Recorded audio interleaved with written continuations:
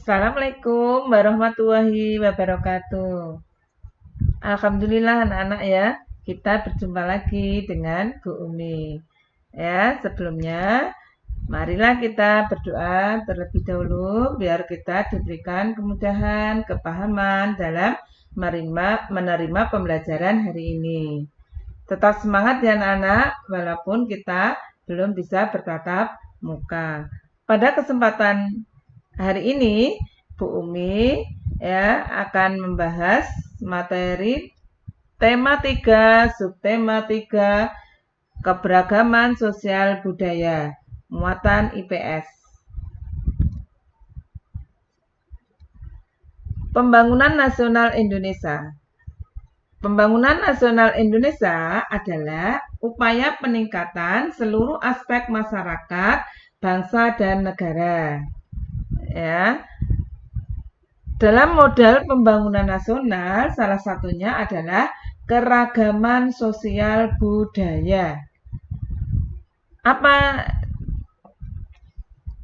keragaman sosial budaya itu merupakan modal pembangunan nasional.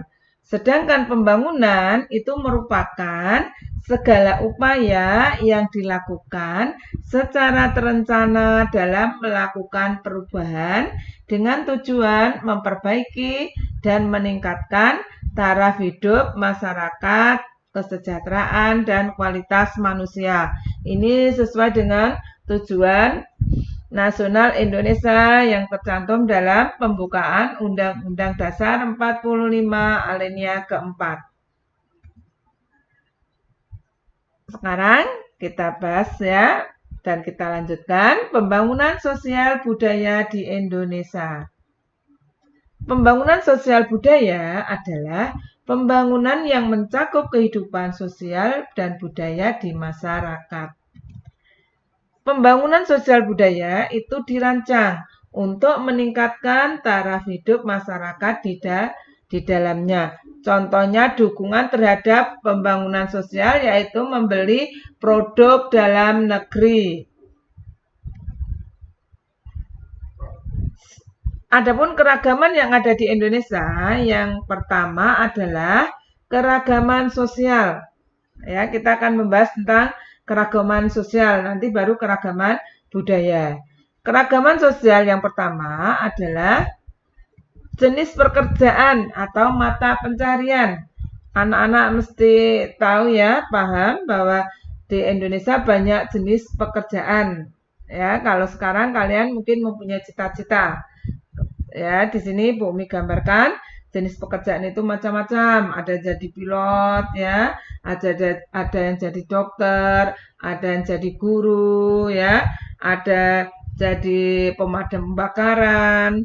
Terus ada juga ibu-ibu yang berjualan jamu ya. Nanti kalian bisa mempunyai cita-cita dan untuk mencapai cita-cita kalian harus rajin belajar dan tidak lupa berdoa.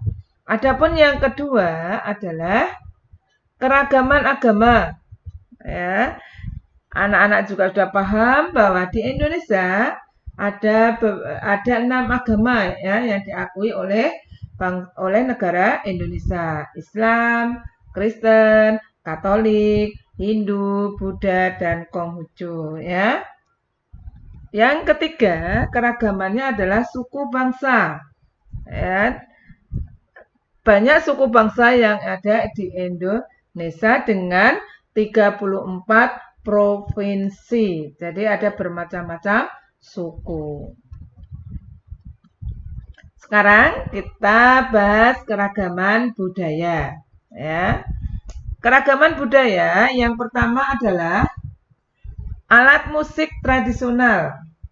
Anak-anak pasti juga masih ingat ya, dan pernah kita bahas pada pertemuan sebelumnya. Alat musik tradisional ini, misal contohnya angklung dari Jawa Barat, sasando dari Nusa Tenggara Timur, gamelan dari Jawa, kolintang dari Sulawesi Selatan, dan masih banyak lagi. Yang kedua, pertunjukan kesenian daerah.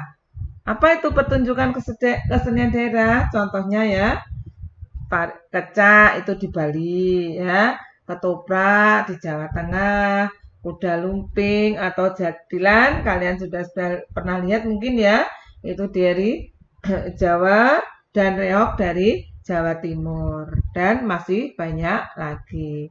Yang ketiga, keragaman budaya adalah tari tradisional. Ya, tari tradisional itu juga banyak ya, ada tari jaipong, terus tari apa itu lilin ya, gambyong dan masih banyak lagi. Yang keempat adalah upacara adat ya. Kemarin juga Bu Mi sudah bahas ya, upacara adat yang ada di Indonesia. Ada upacara kayak ngaben ya, pembakaran mayat. Terus di Bali itu ya. Terus ada apa itu? Bakar batu itu di Papua ya untuk wujud rasa syukur dengan cara makan bersama-sama. Terus ada tabwik itu di Sumatera Barat ya untuk memperingati meninggalnya cucu Nabi Muhammad Hasan Hussein ya. Dan masih banyak lagi ya upacara adat. Selanjutnya adalah makanan khas ya. Juga kalian sudah paham ya. Di antaranya kalau di Jogja makanan khasnya adalah gudeg. Terus ada empek-empek dari Sumatera dan masih banyak lagi ya. Yang terakhir adalah rumah adat ya. Contoh daripada rumah adat adalah Gadang, itu Sumatera Barat ya. Terus Limas, Sumatera Selatan. Kalau Lampung, Nowosusu ya. Kalau di Jawa Timur, Jawa Tengah itu adalah Joglo. Khususnya di Jogja adalah Bangsal Kencana. Sekarang kita bahas cara menghormati keragaman sosial budaya. Yang pertama adalah menghormati kelompok lain yang melaksanakan kebiasaan dan adat istiadatnya. Yang kedua, tidak menghina hasil budaya suku lainnya. Jadi kita tidak boleh menganggap bahwa budaya kita adalah budaya yang paling baik dan paling benar. Itu tidak diperbolehkan.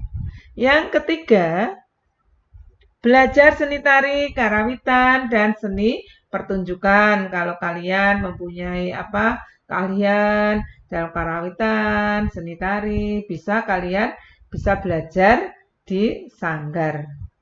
Yang keempat adalah bekerja secara profesional sesuai bidang pekerjaannya. Misalnya besok kalian menjadi dokter, juga kalian harus secara profesional ya untuk melayani masyarakat, melayani pasien dengan benar ya. Jadi secara profesional. Yang kelima, bangga dengan hasil kebudayaan nasional. Jadi kita wajib bangga kepada budaya yang ada di Indonesia. Sekarang kita lanjutkan lagi ya. Manfaat pembangunan sosial budaya bagi masyarakat. Apa manfaatnya? Yang pertama adalah menjaga kelestarian budaya. Ya. Yang kedua, meningkatkan kesejahteraan masyarakat. Yang ketiga, dapat menumbuhkan kerukunan dalam masyarakat. Yang keempat, menyalurkan bakat generasi muda. Yang kelima, mengembangkan keterampilan masyarakat.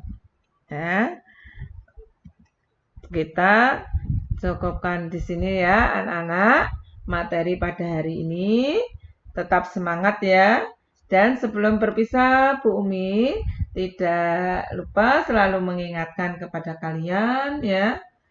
sholat 5 waktu tepat waktu, sholat duha ketika pagi hari, murojaah, dan tafidnya. Insya Allah kalian semua menjadi anak soleh dan soleha yang menjadi kebanggaan orang tua. Cukup di sini dulu ya. Apabila ada kata salah, Bu Umi minta maaf. Wabillahi taufik walhidayah. Wassalamualaikum warahmatullahi wabarakatuh.